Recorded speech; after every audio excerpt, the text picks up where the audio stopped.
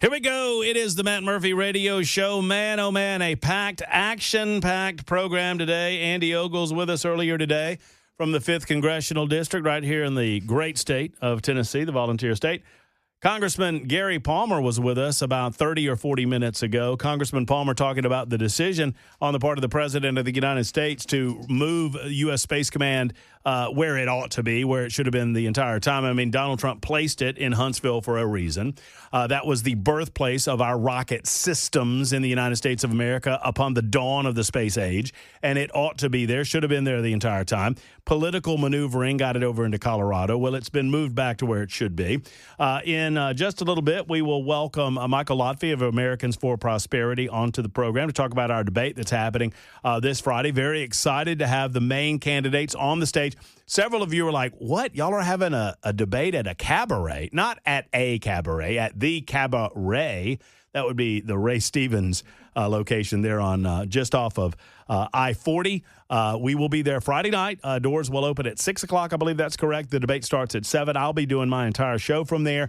Then proud to be moderating the debate between a number of different candidates. Speaking of those candidates, I know that our next guest supports a particular candidate in the form of Jody Barrett, but we're here to talk about his non-support of TVA's actions over the last several months and how that manifested itself into this number. Let's hear a little bit of this before we welcome in our man, John Rich. This is The Devil and the TVA. I think I have that title right. Let me listen to a little bit of this. It's our man, John Rich. Oh, yeah. I love that. There's John Rich, The Devil and the TVA, and he joins us on the Murphy Show Hotline to talk about the inspiration behind this. That's a good tune, man. John, good afternoon. Welcome in. How are you, brother? I'm good, Matt. I got to tell you, you were the first guy in media at all for me to ever speak to about this thing that was going on in Cheatham County, and I cannot thank you enough. You were actually a domino when you had me on to talk about that. I mean, spur of the moment, and that really kicked into gear a national awareness of what TVA was doing to that county. Well, I mean, I owe you a debt of gratitude, John, because you made me aware of it. I mean, I'd heard that something was going on and they were building some sort of plant and there was some, and a lot of people, I heard about it from, people just giving me the bits and the pieces. You got to the bottom of it, going out there and talking to the folks, and you made me understand what was going on, which is why I had you on. But, for those that don't know, I got to tell you, even with the voice that you have, even with the connections that you have with, certain people on Pennsylvania Avenue, I didn't know that you could win this fight, but you did. Congratulations. I thought it was a very good chance we would not win it. But, Matt, that's not why you enter the ring. You don't walk into the arena because 100% you're going to win. You walk in there to take on the fight because it's a righteous fight. It needs to happen. What was happening to the people in Cheatham County was so egregious and unconstitutional, the way they were dealing with landowners out there showing up with loaded guns and bulletproof vests, as the song says, demanding access to their property, no awareness of the Fourth Amendment whatsoever. That's a fight you got to take on, man. Even if you're going to lose it, we needed to put a big spotlight on this tactic that was being deployed by the TVA, which has been around since 1933. They've always dealt with people like that. And you're right. I didn't know if we'd win, but as luck would have it, at the end of the day, the people of that county, people like you, me, Secretary Rollins of the Department of Agriculture, and the president himself wound up saying, you know what, you're right. You can't treat Americans like that. We're going to tell TVA, you got to kill the project. And thank goodness they did. They saved 6,000 acres of farmland, 450 houses, the main water supply to Pleasant View and Aspen City, and on and on and on. I mean, it literally would have been like a bomb going off in that county. So it's not often that you kind of see the background of a song before a song is written. Normally you hear the song and then you have like an artist like yourself and you get the background after the fact. But we kind of watched this song write itself almost in a way, didn't we? Yeah, that's a good point. You're right. It kind of did happen that way because, like you said, I started driving out there with my iPhone and my selfie stick. That's what I was armed with. They were showing up with tactical gear and loaded weapons. I went out with an iPhone and a selfie stick, And I literally sat on the front porch of Cheatham County residents and just said, tell me what is going on out here.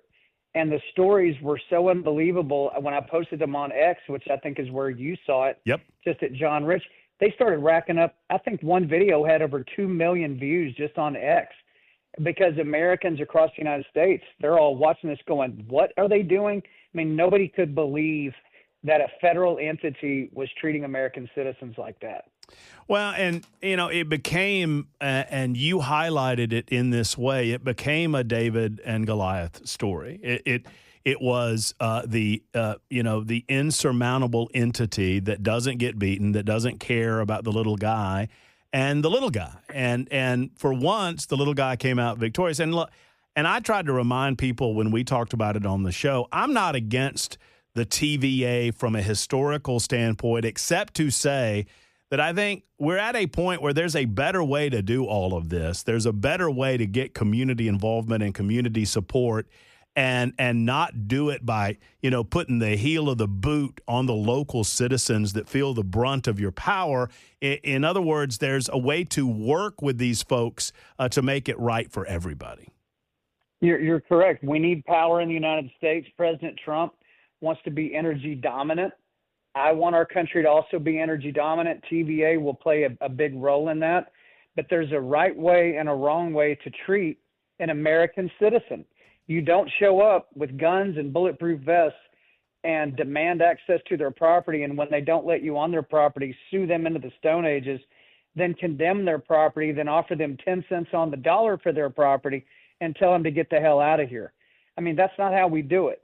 And so putting emphasis on that story and showing real people who were really being treated like that, that's what got us over the finish line. And I'm really happy for that county, for all the people I've made friends with through this process. And now that song, by the way, The Devil in the TVA, I checked it right before I got on the air with you.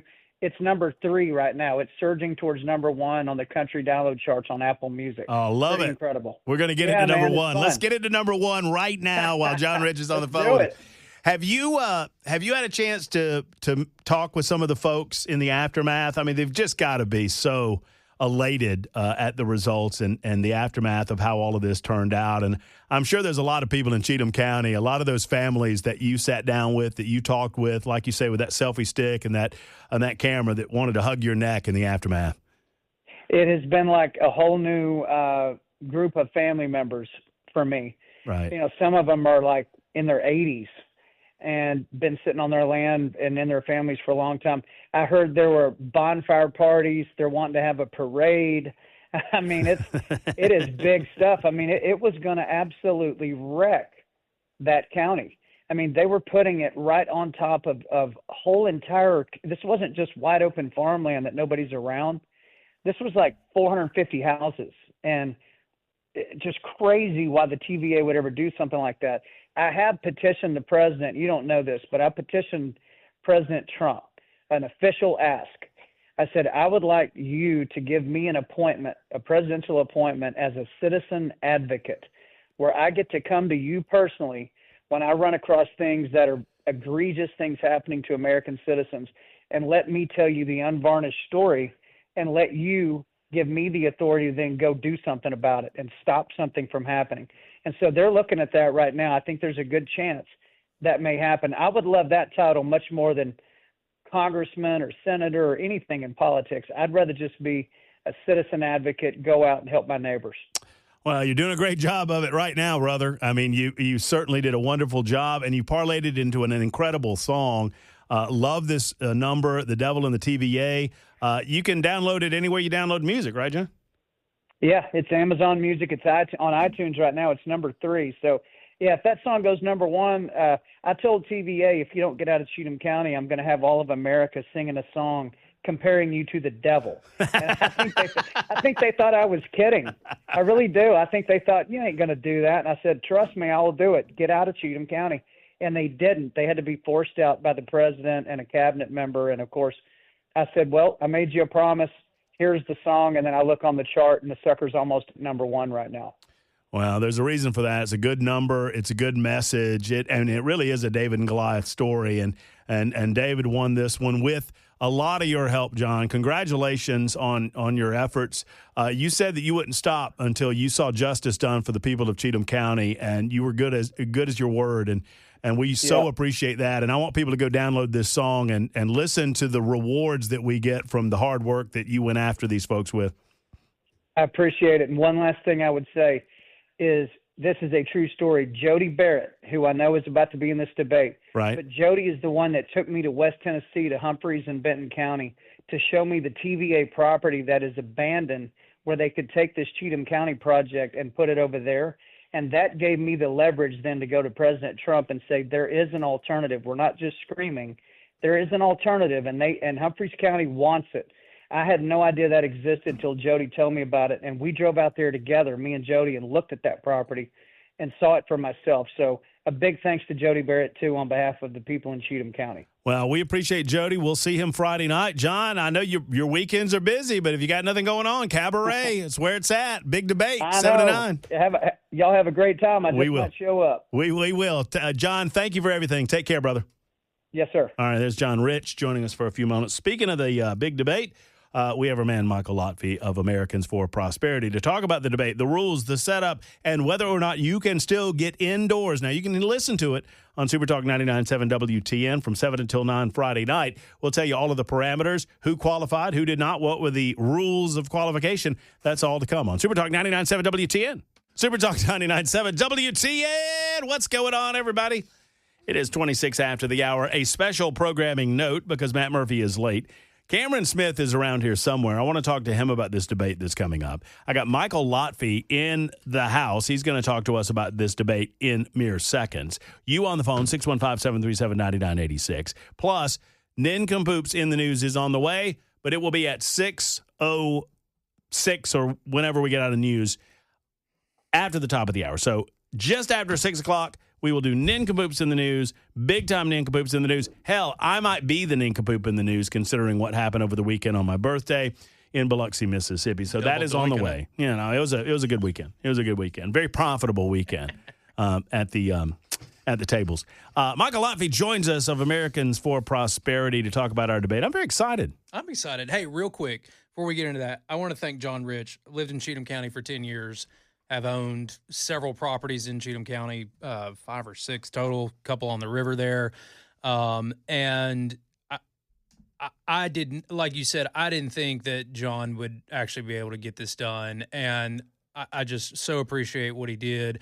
And to John's point, to really highlight that as well, is like the TVA plays a role, especially as we are trying to become energy dominant in this country, especially as we got AI. We have our utility providers sending us notices telling us to keep our AC on 80 degrees in the middle of the summer and having rolling brownouts. Like, we have an energy problem. The TVA does play a role, but not the way that they've been behaving. John hit the nail on the head. 100%. And also, thank you to Jody Barrett for showing John those areas out there where, like, the TVA has shut down coal plants. There's plenty of room. This whole thing was a creation of their own malpractice, right? And they plan to make people suffer for their own malpractice. So thank you to both of those. And I don't think any of us are obviously anti-energy. No. And while I would love to go back in time and to create a different type of system that would energize, the Tennessee Valley corridor, we can't do that. And the system is what we have.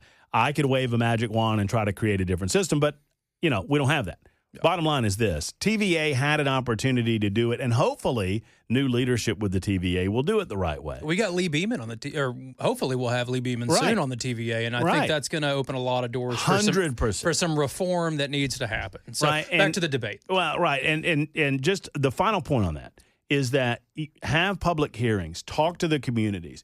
You're going to have objections, but if you speak to the community and help them understand on the front end exactly what you're doing, why you're doing it, why it's beneficial, and you are very open and transparent. They didn't do that in all of this. They just kind of ran roughshod over that area, and that's not the way to do it, even if it is necessary, even if you feel like it's a compelling, important piece to the energy sector.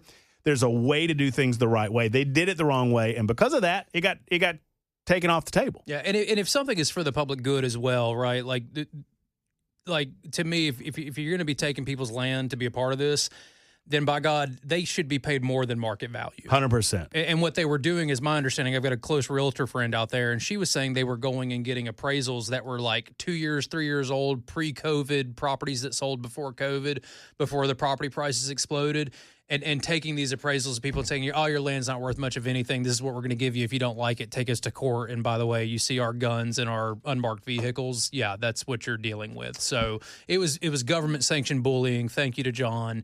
But on to the debate, which is what we're here to talk about. Here's what we're going to do. We're going to do the news real quick so that we don't have to subdivide the debate discussion. Michael Lotfie's with us. He and I are acting as co-moderators of the debate Friday evening from 7 until 9. I'll do my show until about 6:30. I'll take about the last 30 minutes off. Dan Mandis is actually going to help us out and be a part of the show for that final 30 minutes. Thanks to Nashville's Morning News and Dan Mandis for doing that. I'll get a breather, get a glass of water or whatever, and then we'll reset and do the debate Friday night at 7 o'clock. Now, we want you to be there. We'll tell you all about that. But if you can't be there, you can listen right here on Super Talk 99.7 WTN. All of those parameters, all of those discussions to come on Super Talk. Just in, an accident, I-40 eastbound, right past Mount Juliet.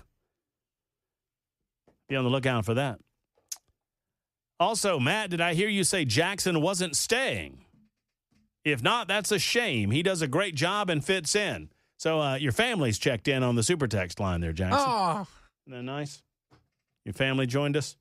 No, Jackson's not going anywhere. As a matter of fact, quite the contrary. We announced last week that Jackson is now a permanent addition to the afternoon show on Super Talk 99.7 WTN, at least permanent in the sense that he's here for the foreseeable future until he escapes his shackles. I'm glad to have you. In the words of the great Jordan Belfort, I'm not leaving. I ain't leaving. I like it. By the way, in the 6 o'clock hour, you have been asked to give a breakdown during the Action Jackson football minute of the beloved Tennessee Vols. Okay, I'll break down the Vols, and we'll definitely hit on Alabama's woes as well. Shut it, big boy.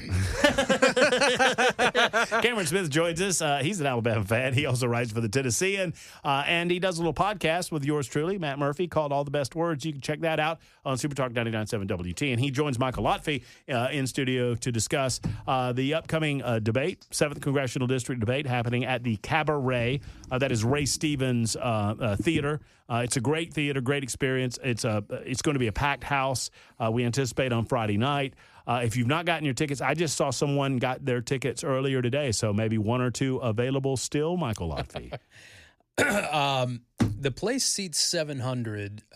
We've had many RSVPs. My sense is that there's still some seats available in-house. Definitely going to want to be there in-house if you can be. Yeah, I think it's always a better experience, especially if you're trying to make a decision between a couple of candidates to see them in person. We might do a straw poll as well. Ooh. Afterwards. Why don't you just put 225 on a bench and put it on the stage and see who can do it? Like Knox County Mayor Glenn Jacobs style? Yeah. Glenn's going to be here tomorrow. I hope I get a pass because of my shoulder, thank goodness. You're recovering. You're recovering. That's right. I feel like I would be like Ma'am Dami, right? Was it Ma'am Dami that did 135? Oh, I saw that. He could barely get it up. It was embarrassing. Yeah, well. What I've always wanted to do in one of these debates is just take a 9mm, disassembled, and put it on the stage. And just say, can you put this together? So I moderated a debate. Remember the debate that we were a part of in the 6th Congressional District in Alabama? Mm-hmm. And the final two candidates were, because there was a primary and there was a runoff, and the final two candidates were Paul DeMarco and Gary Palmer, who I had on the show, surely by coincidence, today. And so it was not me, but somebody asked a question about guns, like, what kind of guns do you have? And DeMarco, who nobody thought had a single gun in his home, started rambling about how he wasn't going to say, and it was inappropriate to ask, and that, that he didn't think that was right, but he can protect himself, but he's not going to get into what guns he has. And then the guy turned to, I think it was Cliff Sims, he turned to Gary and said, Gary? And Gary's like, I got a 308. He starts rattling them off. And I looked at the camera and said, he just won. Yeah, he did. And that's actually what happened. And DeMarco, I will never forget it. I was sitting there. He said, well, my wife's a hell of a shot. And I'm like, oh, buddy, you Oops. It's Alabama, man. Come on. All right. First off, let's talk about the parameters by which one could get into the debate. Sure. Yeah. And then who is on the stage Friday night? Because we got a final tally, right? We have the stage is finally set. All right, let's do it. The parameters were that you either had to come place top three in the poll that we did, which we released last week. So the top three that finished in that poll were Jody Barrett, Gino Bolso, and Lee Reeves. And if you weren't in the top three, you could still qualify, but you had to have some financial backing to show that you could overcome that polling gap in such a short amount of time. So you had to have raised at least $250,000 to qualify otherwise. We only had one candidate that actually provided their financial statements to prove that they had raised the money, which was Matt Van Epps. So those are the three candidates. It seems that the field is, four candidates. Yeah, I'm sorry, did I say three? Yeah. Those are the four candidates. It seems like the field is certainly starting to narrow as we get closer to Election Day, and early voting is just around the corner. And so those are the four candidates who have made the debate, who will be on stage, who all indications would say are the ones that have a real shot at winning this thing. Well, and with no disrespect intended to the candidates that don't make the field, and I would say this, I am going to invite every single one of those candidates on my radio show. Sure. We have a lot of time. Yeah. So I will provide you the exposure. But as Michael Lotfy knows, as AFP knows, as Matt Murphy knows, you've got to set some rules, and you've got to get a cutoff somewhere, especially in a field of 12 people. Otherwise, you don't really get to hear from anybody. Right. Yeah. And so I fully understand that. So for those candidates that did not make the field, we'll give you an opportunity to make your case at some point. But I'm happy with the field. I think those four. I think you're probably looking at your next United States congressman from the 7th District in those four people. And I guess you're the moderator, so you have to be kind of neutral. Mm-hmm. But I mean, very neutral. Do we have anything that lets us know of those four how it's ranking right now? Have we seen any polling or anything out there? We've done polling, obviously. I've heard of some other anecdotal polls. I haven't seen them. The only poll that has been publicly released is the one that we released last week.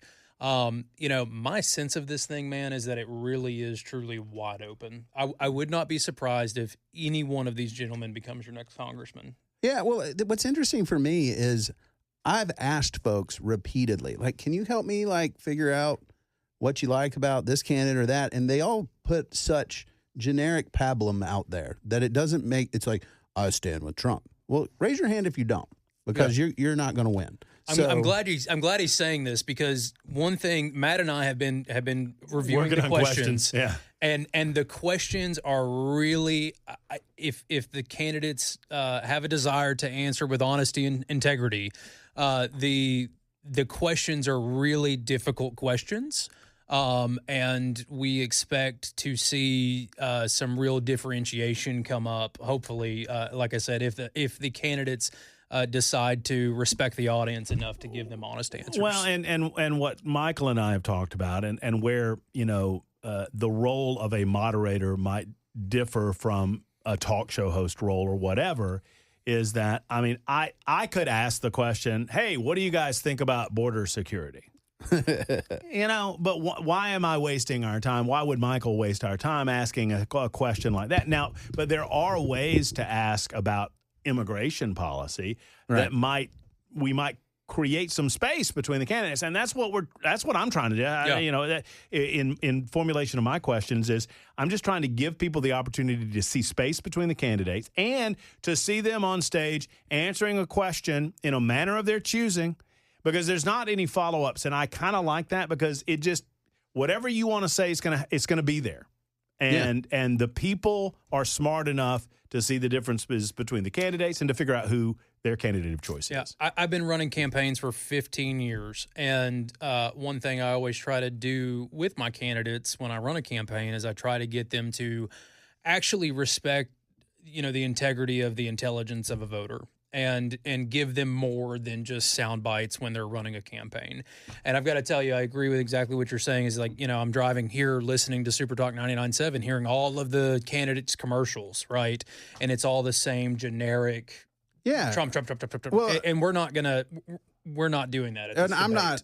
not a moderator, so I can like say my sense of things. But like, I like Lee. I mean, I've worked with Lee on some legislative stuff, talked to him, like smart guy. Did the targeting birthright citizenship as his like big intro volley into the race. And I'm like, dude, that bill's already been introduced.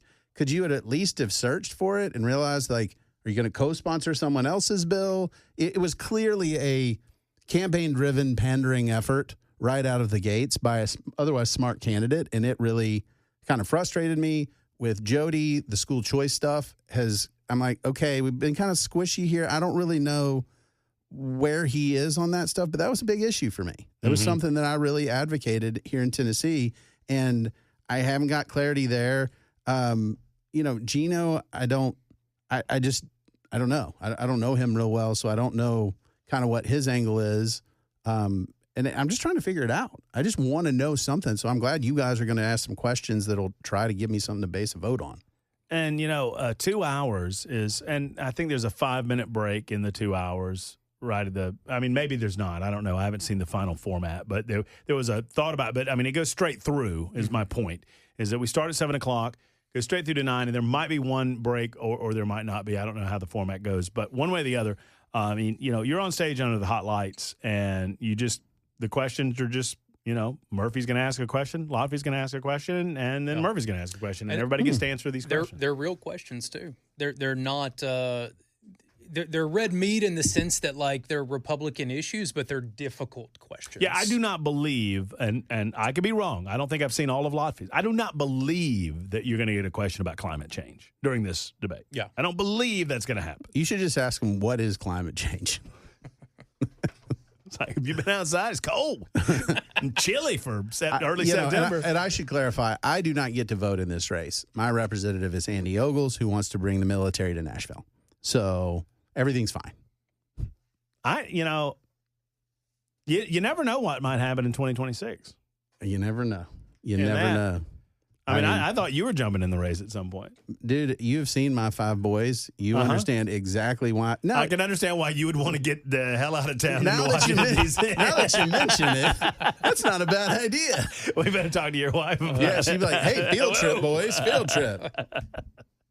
And they can just stay with you in your office. Yeah, I think I'm going to be pretty busy just explaining the Constitution to people that seem to forget what it says.